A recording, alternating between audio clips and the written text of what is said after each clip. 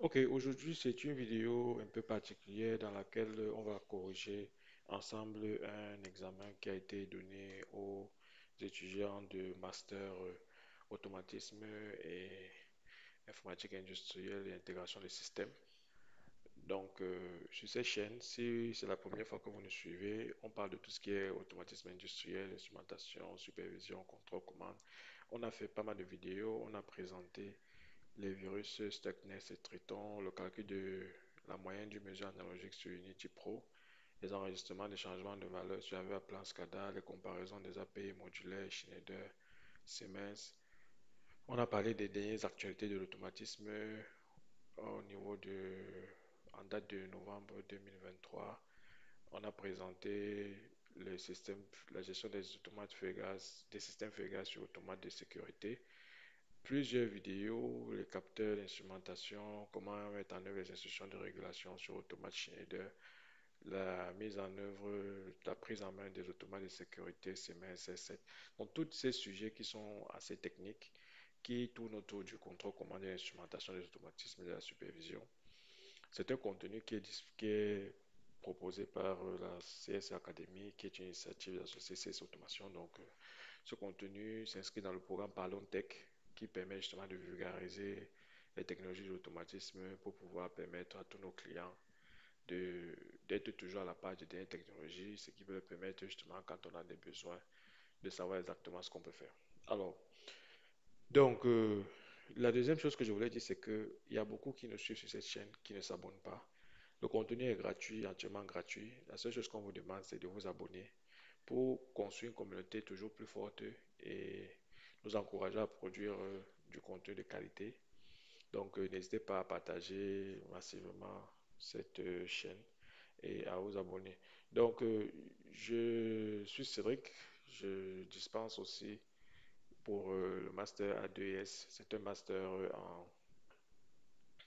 master en fait en correspondance, bon, enfin, pas en correspondance, à distance, hein, c'est des enseignements qui se font à distance. Et ce sont des enseignements qui concernent, on va déjà présenter la formation. Donc, c'est une formation qui est sous la houlette de l'Université de Ngaoundéré au niveau du Cameroun, dans le département de génie électrique, énergétique et automatique de l'école INSAI. Alors, ce master professionnel, donc,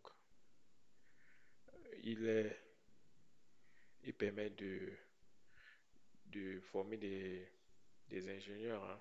Donc, des cadres. Je préfère parler plutôt de cadres qui vont piloter la stratégie industrielle dans les entreprises. Donc, il y a des ingénieurs industriels, informatique industrielle. Vous pouvez avoir plusieurs fonctions, quoi, à l'issue de ce master. Vous pouvez être chargé d'études, responsable méthode, etc. Et donc, le contenu est assez particulier. Au niveau du semestre 1, il y a une vie professionnelle, développement personnel, il y a l'entrepreneuriat, création d'entreprise, il y a tout ce qui est instrumentation et système de pilotage informatisé. Au niveau du semestre 2, on a l'automatisation, la commande et supervision. On a les réseaux et protocoles industriels de communication. Donc, c'est dans le cadre de ce cours-là que j'ai justement, d'une des unités d'enseignement que j'ai justement intervenu. On a l'économie, le système de contrôle commande industrielle, etc. Donc, c'est, il y a des conditions d'accès. Il y a un coût lié à la formation. La formation se passe 2 ans, 60% en milieu professionnel, 40% en milieu universitaire. Donc voilà globalement ce qu'on peut dire sur cette formation. C'est une très bonne formation. Le contenu, je l'ai regardé, il est assez intéressant et, il a vraiment pour vocation de former des, des, des, des, des- des- des- des cadres, hein, de haut niveau dans tout ce qui concerne l'ingénierie. Donc, alors, sans plus tarder, on va regarder le sujet qui avait été donné sur 2 heures. Donc, il y avait une première partie sur les bases de l'Internet industriel. Donc, l'Internet industriel, ça, ça regroupe plein de standards et autres, notamment l'usage de technologies Internet en environnement industriel. Donc, on avait dit qu'on considérait ce réseau-ci. Donc, poste de supervision, console de programmation, on a deux automates avec des adresses 192.168.2.10 et .17 pour l'API 2. On demande donc, est-il possible d'associer à la console de programmation, d'associer à la console de programmation l'adresse 191.168.2.1. Donc, ici, OK, afin de pouvoir se connecter sur les automates API PD à des fins de maintenance. Donc, ça, c'est la question qui a été donnée. Donc, ici, on se retrouve avec des adresses de classe C. Donc, bien évidemment, c'est possible de pouvoir le faire à supposer que le switch ici, comme c'est un switch manager, qu'il n'ait pas l'adresse 192.168.2.1. Donc, c'était ça, en fait, la subtilité de ces questions. Beaucoup ont répondu pour dire oui, c'est possible, mais sans pour autant préciser cela parce que les switch managers ont eux-mêmes leur propre adresse et en général, les administrateurs réseau préfèrent définir, assigner au switch manager la première adresse disponible, donc 192.168.2.1. Donc, si c'était le cas ici, malgré le fait qu'on n'ait pas précisé, vous ne pouvez pas ajouter, sinon on devait se retrouver dans une sorte de duplication d'adresse. Mais bon, euh, on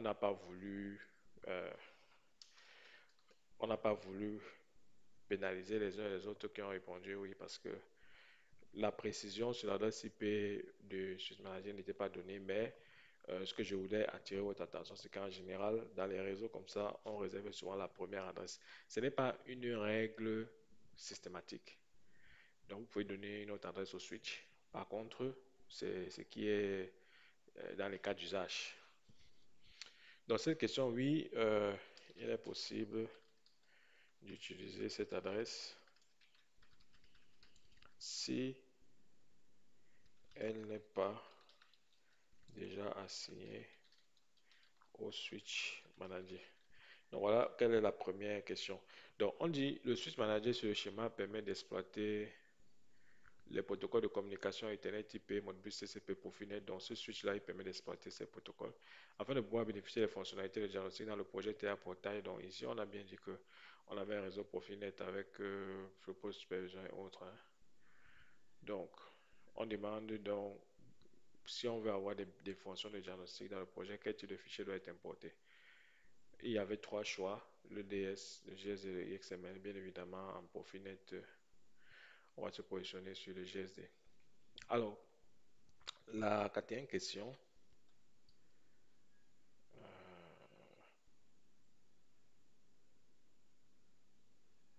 autant pour moi, excusez-moi, je pense que j'ai sauté une question. Donc, la première question pour l'adresse IP, c'est celle-ci. La deuxième question, c'est dans l'architecture précédente, le poste de supervision utilise le logiciel de supervision T apporté à CC Advanced V18. Le logiciel communique en protocole propriétaire CMS STP.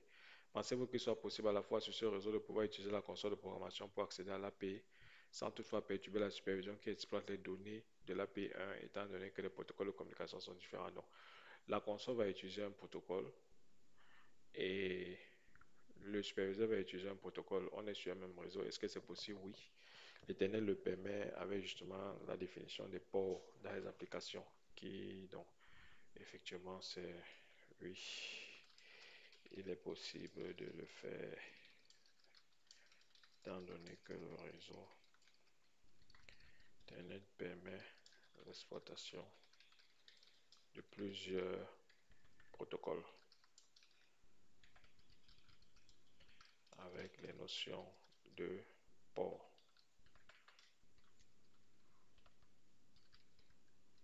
Voilà, donc ça c'était la réponse à la deuxième question. Ensuite, les deux automates API 1 et API 2 doivent échanger. Donc, on a l'API 1 et l'API 2 qui doivent échanger en Profinet. C'est d'ailleurs pour ça que ça a été rédigé en Profinet parce que entre la supervision et les automates, on a bien précisé qu'on a un STP. Donc, on dit les deux automates API 1 et API 2 doivent échanger les variables de type Word.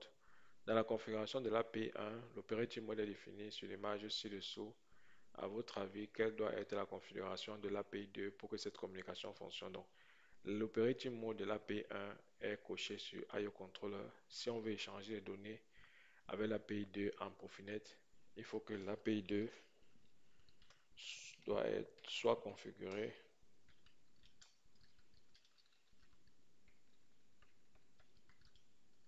en IO device. Ok. Donc, voilà ce qu'il fallait présenter. Parce que dans le Profinet, bien évidemment, on a trois rôles sur le réseau. On peut être IO Supervisor, notamment les consoles de programmation pour la maintenance, les configurations et autres. On peut être IO Device ou on peut être IO Controller. Donc là, l'IO Controller, c'est l'équivalent d'un maître dans un réseau Modbus TCP, puisque c'est lui qui va en général faire des requêtes et envoyer les informations aux IO Device pour les configurer, les paramétrer, pour piloter le process. Et il va aussi faire des requêtes de lecture pour connaître l'état des entrées, sorties. Alors, il y avait donc cette partie 2 qui était relative à la conception. Donc ici, on dit qu'on considère l'architecture incomplète ci-dessous. On souhaiterait dans cette architecture superviser les API 1, 2, 3 et 4. Donc on veut superviser ces API ici, 1, 2, 3.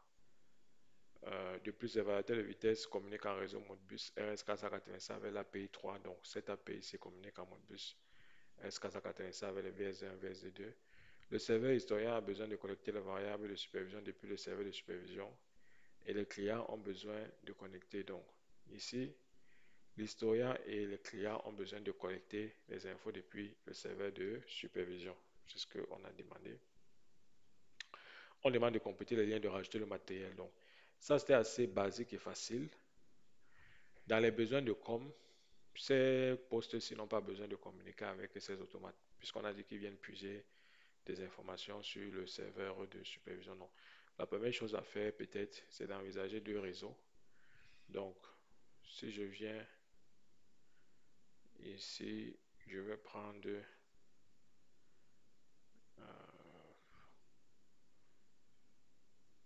prendre des, je peux créer un réseau.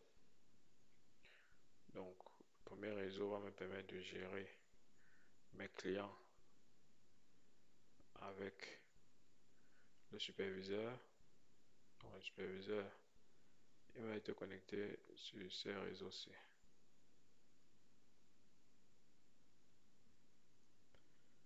Donc, il va être connecté là.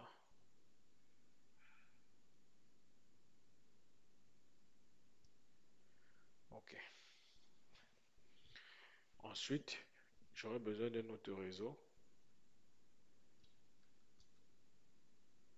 qui va me permettre de gérer en fait mes automates.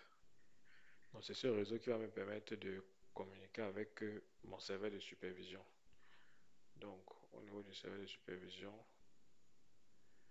j'aurai un réseau comme ça où je vais mettre mes automates dessus.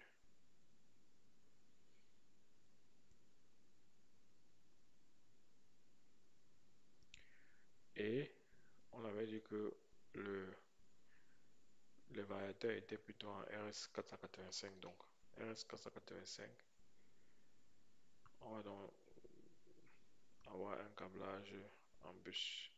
Après, je peux mettre des couleurs, hein. Je peux dire que par exemple ici, on va être vert.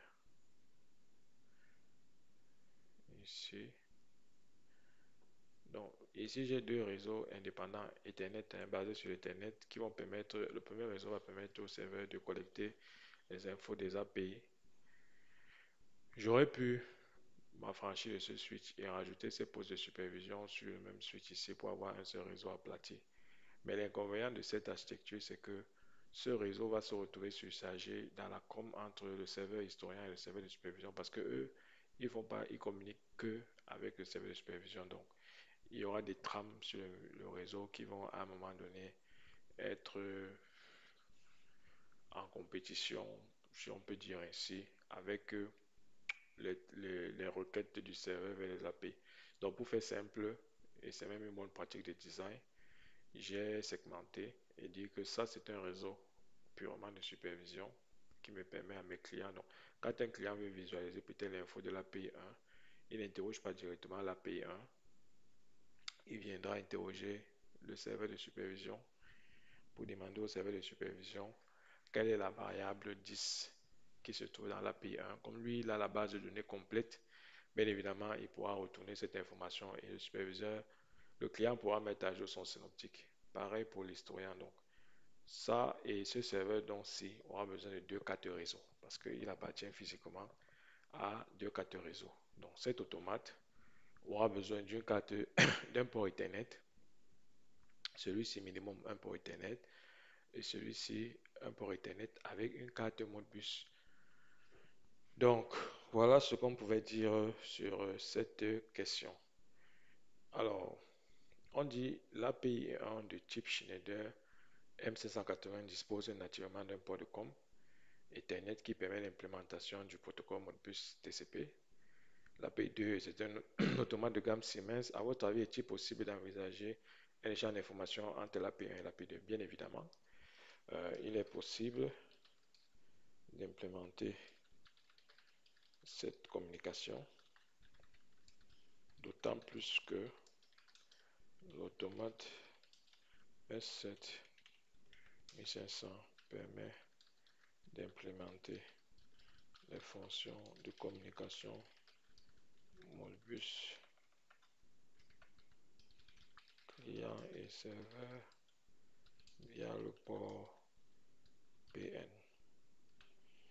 Donc, on peut effectivement envisager ça parce que Siemens a rajouté donc cette fonctionnalité. Il est possible avec le port PN d'implémenter un comme Modbus TCP/IP. Donc, compte tenu du fait que le Modbus TCP est déjà supporté par le M580 aussi de façon native, donc bien évidemment, c'est possible d'implémenter cette comme-là.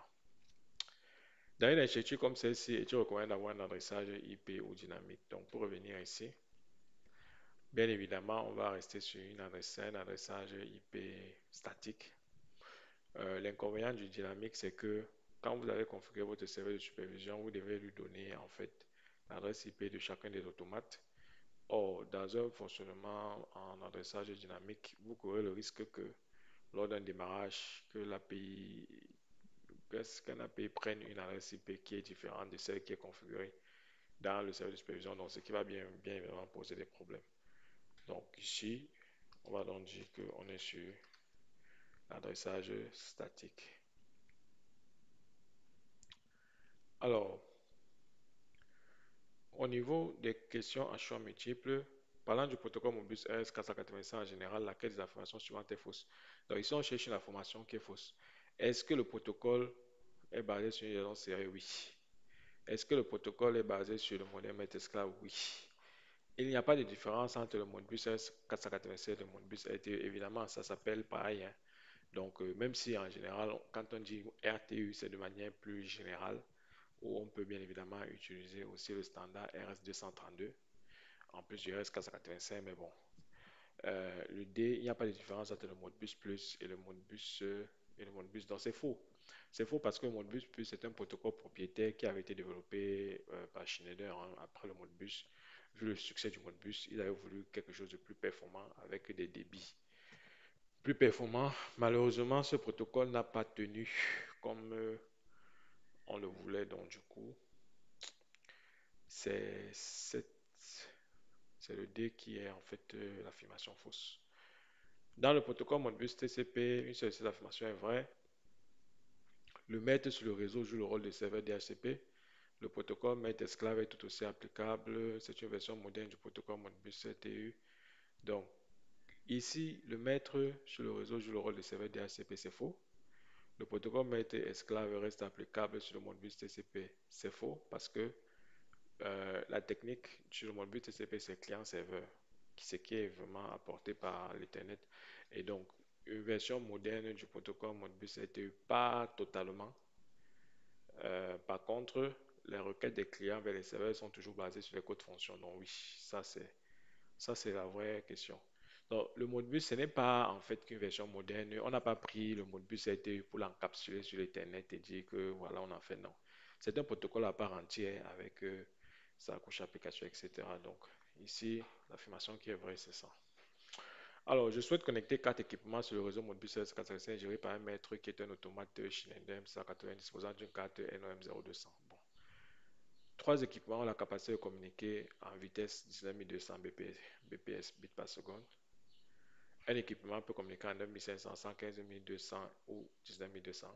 Quelle est la vitesse du réseau que je dois configurer? Donc, d'une manière générale, la règle c'est de configurer la vitesse du réseau sur la vitesse la plus basse de l'équipement. Enfin, la vitesse de l'équipement, enfin, l'utiliser la vitesse de l'équipement qui a la vitesse la plus basse. Ça veut dire que si j'ai 10 équipements et que un ne peut communiquer peut-être qu'à 9600, même si les autres peuvent communiquer à 19200 ou 115 200, je ne peux pas utiliser la vitesse 115 200. Donc, je dois tenir compte de celui qui réfléchit plus lentement pour que quand on lui parle à une certaine vitesse, qu'il puisse comprendre.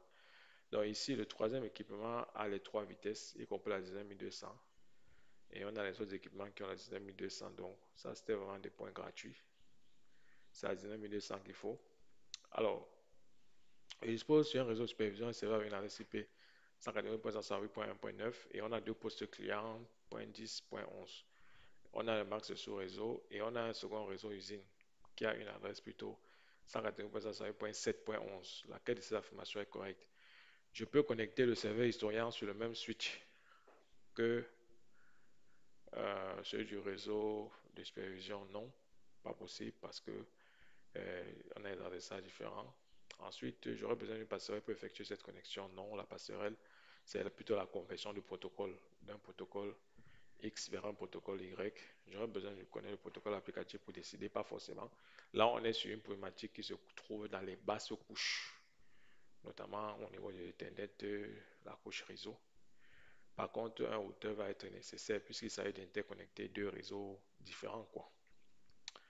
Parmi les méthodes suivantes, laquelle n'est pas adoptée par le Profibus, on a la token ring, on a le client serveur. Bien évidemment, le Profibus utilise client serveur et token ring pour la discussion entre les contrôleurs d'IO.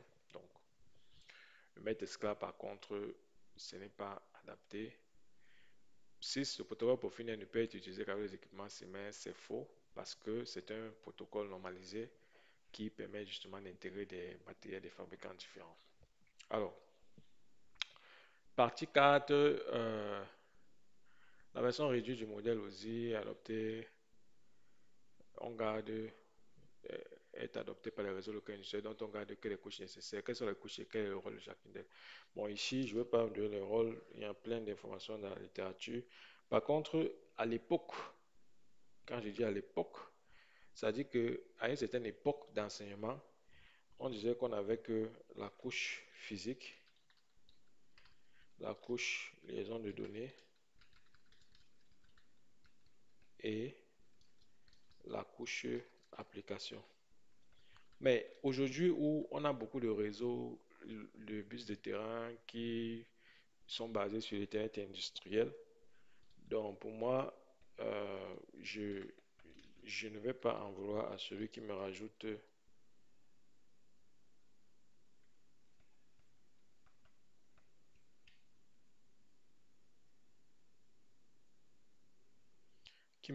la couche réseau. Voilà. Donc, ne soyez pas choqués de voir dans certains livres euh, trois couches et que vous allez dire que c'est vrai a dit que voilà, c'est quatre couches, etc. J'assume bien évidemment ce que j'écris là parce que le monde a évolué. Aujourd'hui, on a beaucoup de réseaux de terrain. Si vous prenez par exemple l'Ethernet IP, ce qui est devenu presque prépondérant sur un panoplie de manufacturiers, notamment Phoenix Contact, Vago, Schneider et même bien évidemment Rockwell qui fait partie de cette association-là pour l'Ethernet industriel, l'Ethernet IP, Industrial Protocol. Donc, vous allez voir que la plupart de ces réseaux exploitent justement la couche réseau. Sans compter le Modbus TCP, le Profinet, etc. Donc, tous ces réseaux on peut les définir sans parler de la couche réseau. Donc, voilà ce que moi je pense. Et bon, je ne veux pas en vouloir. Celui qui me met 3, comme ça a été dit dans les livres d'antan, oui, c'est aussi acceptable. Mais bon, celui qui me met 4, il est plus complet. Et peut-être qui sait, dans 15 ans, on aura plus un modèle réduit. On sera full sur le modèle complet avec les 7 couches. Alors, on ne va pas trop perdre de temps là. Donc, la partie 5, c'est la mise en œuvre des fonctions de programmation. On avait dit un automate TM221 est en commun avec un indicateur de poids. On a l'extrait de programme. Donc ça, c'est un extrait de programme qui a été pris du logiciel Machine Expert basique. Et on a rappelé l'aide du bloc fonction, read, var et tout, à quoi ça sert. Donc, on demande d'identifier le protocole de communication qui est mis en œuvre sur cet extrait de programme. Donc, avec cet extrait de programme, vous voyez déjà que ici, le link 1, c'est SL1. Et dans la définition ici, au niveau de la liaison, on a le SL, c'est des liaisons série. Et ETH1, c'est Ethernet.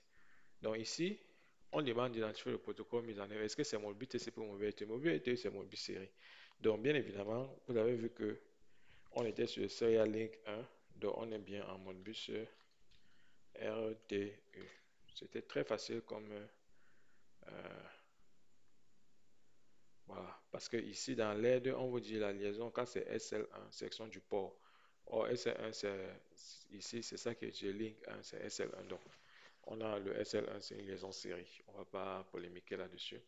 On demande d'expliquer la présence du fond contact, du contact front montant une seconde qui conditionne l'exécution de cette instruction. Donc, cette instruction est exécutée à chaque front montant du bit de une seconde. Ça veut dire qu'elle n'est pas exécutée en permanence.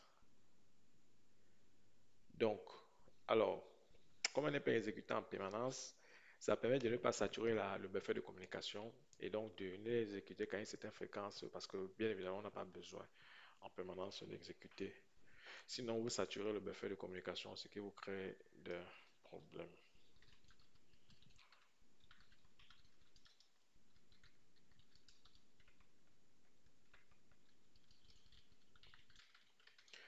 Donc, ça, c'est l'explication. Ensuite, ils ont donné une table d'échange. Donc, c'est la table d'échange du fabricant. Donc, il y a cette table d'échange ici.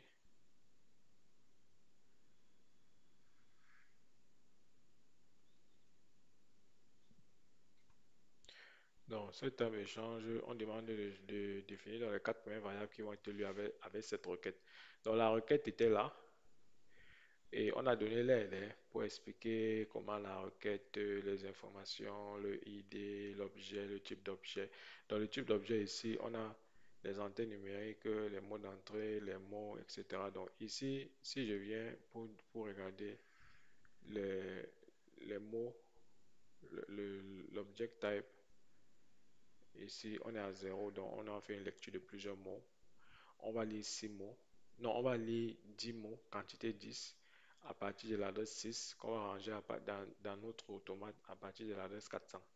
Donc, ici, l'adresse 6, je m'arrête dans ma table d'échange et on m'a demandé quelles sont les quatre infos, les quatre variables. Donc, l'adresse 6, c'est ça. Donc, on va lire le command register, status. Et donc, ici, je vais simplement snapper.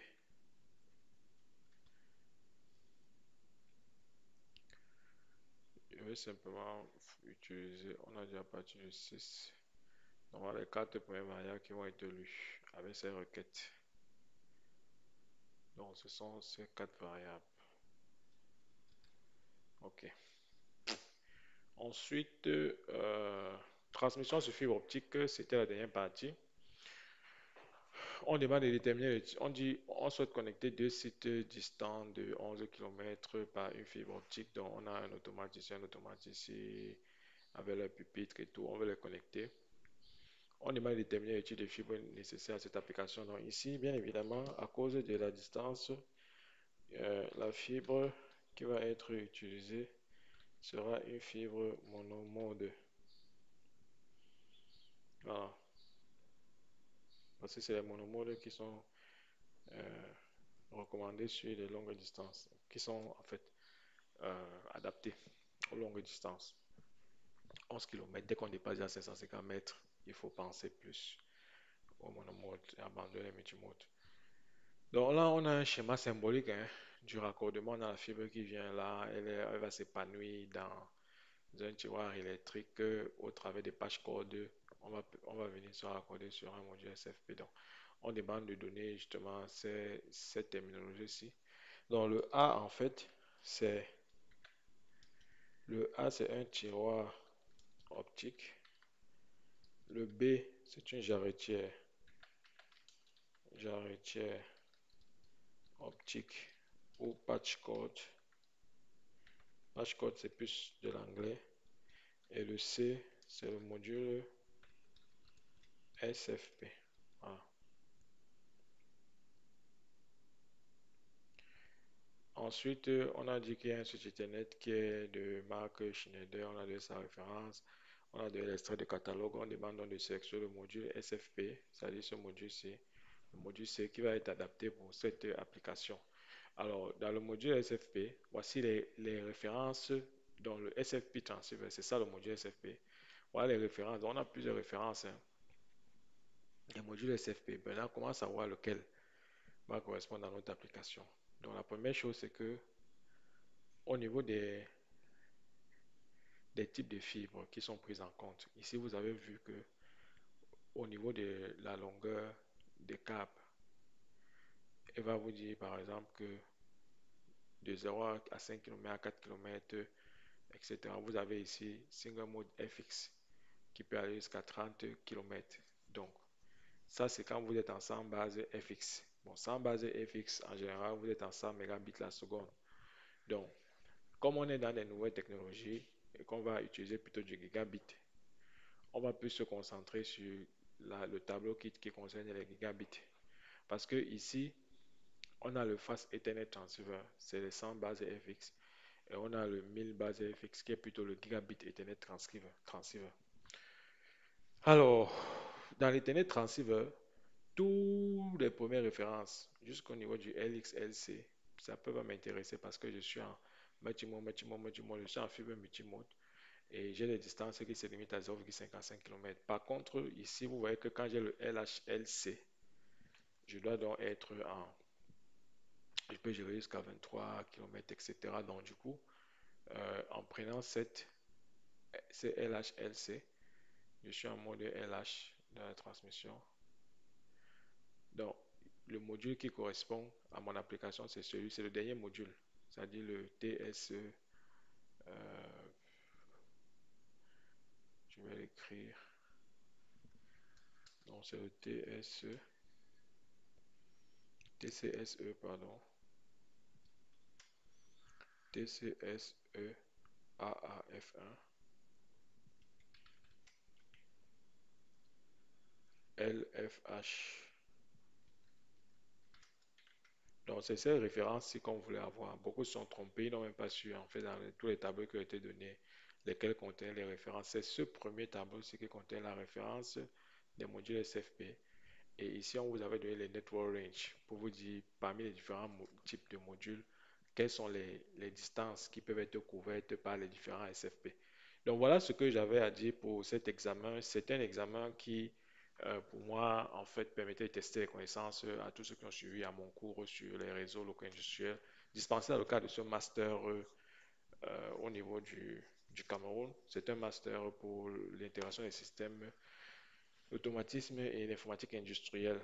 Donc j'espère que vous avez pu tirer quelque chose de cette vidéo et que ça vous apporte un plus. Bien évidemment, tous ceux qui sont intéressés pour continuer les études, ce master-là aussi, c'est une très bonne voie. Je vous encourage peut-être à prendre des informations ou à contacter l'établissement.